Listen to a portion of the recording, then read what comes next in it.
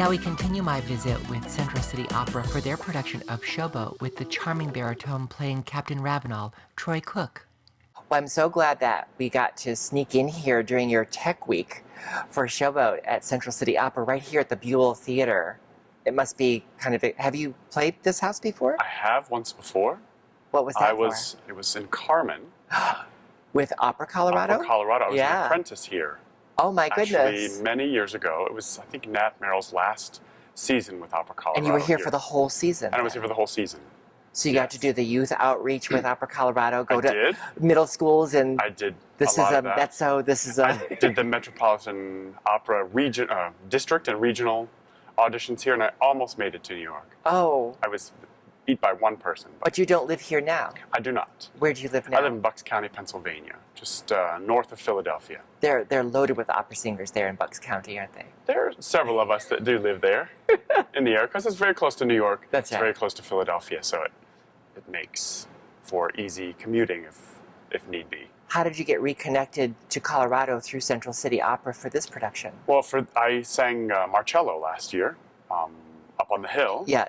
At Central City, and a beautiful, beautiful little jewel box of an opera house. It's really a fantastic place, and a really special place to experience our art form. Mm-hmm. And one of the things that's, I think, great about the Showboat production in the Buell, because as we all know, the Buell is a vast space in comparison to the 550-seat theater that's up in Central City.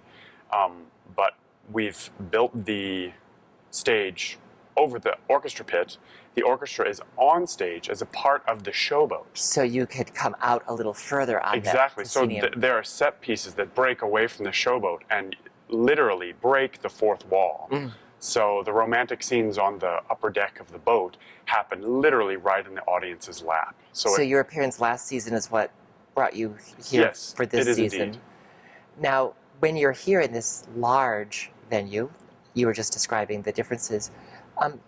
Does it mean that even though you're opera singers, they'll still have to mic you because of this, or do you just fill it all up because it? Well, because the orchestra is on the stage, for one, they have the same acoustical advantage as the singers do as well. When traditionally they're down below. Traditionally they're below in the orchestra pit. Almost underneath the stage in most cases. Most cases they are indeed under the stage, as they are in the theater in Central City as well. So you will have to be mic'd in order to compensate. How does that change your approach as an artist when you're not used to, or are you used to being mic'd for these kinds of shows? It's a different sensation when you're singing. When we're singing acoustically, you can hear your voice in the theater and kind of know that your voice is carrying out to the audience. And in this case, it's just there's a sonoric difference. You kind of hear yourself in a different way, and you have to collaborate with the sound designer as well in a different way, because they have a little bit of editorial control of your performance. Yeah, and they've gotten a wonderful sound designer who was just nominated for a Tony for sound design this last year for Cinderella on Broadway. So they've really gotten, one of those tiny little shows no one's heard about at all this year. Exactly, right? So it's been really interesting, and his philosophy is don't change anything you do. We will adjust how we work with your voice, so don't sing or speak any differently than you normally would. That's brilliant. He's taking advantage of the fact that you're not just singers, but you're opera singers. Sure. And you have a different control over your instrument. Exactly. What is it like to take a piece that's really thought of as musical theater and perform it as an opera artist? What is that like for you? Well, for me, it's, this is my first foray into this type of repertoire, and I have to say I really love it. I think it's really a lot of fun. As opera singers, the first thing coming into a musical theater situation is dialogue. Yes. Because one of the things that usually really strikes the fear of God into an opera singer is having to speak on stage. Because if there is any in an opera, it's usually very little. Yeah, absolutely. Or you're reading a letter or something like that. One of the things that helps in Showboat is that a lot of the dialogue is actually underscored. So the orchestra is playing while the dialogue scenes are happening, kind of like in a film. That's very cinematic. Yeah, so it's almost like recitative that we're used to in opera, where it's the dialogue moments that are just sort of sung on pitch with the harpsichord accompaniment. Almost Sprachstimme.